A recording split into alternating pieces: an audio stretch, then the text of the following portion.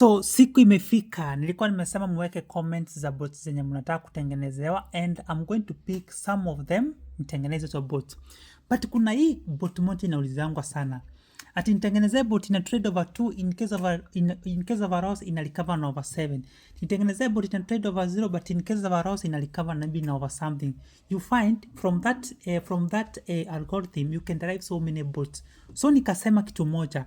Instead ya kutengeneza bots kama 14, even msiwa kutrain maybe over 1 una recover na over 2, over 1 una recover na over something, what you need to do, kuja hapo kwa Xwager. You see, let's see something very simple. Okay, leo hii ni yako sasa.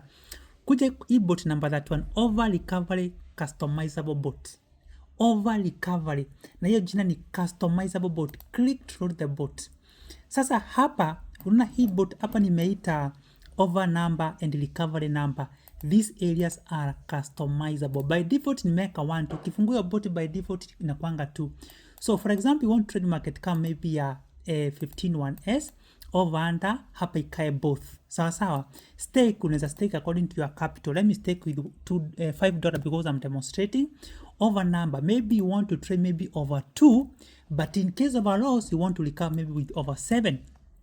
You want maybe to trade maybe over 0, but in case of a loss, you want maybe to recover with maybe over 1.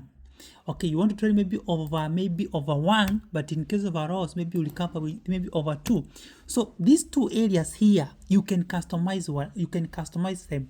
The first one is the starting. You want to trade maybe over 1, you recover with over number. Unaweka hapa. Matigo sinile, unaweza weka 2, unaweza weka 3, unaweza weka 4. So remember, Matigo ni ukilose, maybe kama ulikuwa umestake 5, ilose na ya kwanza itachukua 5 times 2. But if you don't want Matigo, bot without any Matigo, unaweka just 1. Hiyo bot itakuwa na Matigo. Take profit, wacha niweke 2 because ni lower risk. Take profit ni kulingana. Consecutive losses nimeweka hapa 4. Ni kusema ikienda loss ya kwanza, ya pili, ya tatu ina mfululizo, hiyo bot inasimama. You can put 10, but siweze kuambia weke 10. Unaweza weka 3, 4 kulingana tu na ile namba yako. Ukishamaliza kufanya analysis, then you can do what? For example, ita trade over 1, but in case of a loss ina recover na over 2. Then you do what? You run. Nimestake low, sija-analyze the market. So hata nimestake too low. So imetrade over 1, okay? Imetrade over 1. Ukiangalia hapa hii inasema over. But in case of one loss, ita recover na hii over 2. Hii namba yenye tumeweka hapa over 2. Sasa right now it is trading over 1. Over 1. Sasa. So watu wote wa over 0 recover with this one, over this one recover with this one, over this one recover with this one. Okay, this bot imefanya hiyo mambo yote.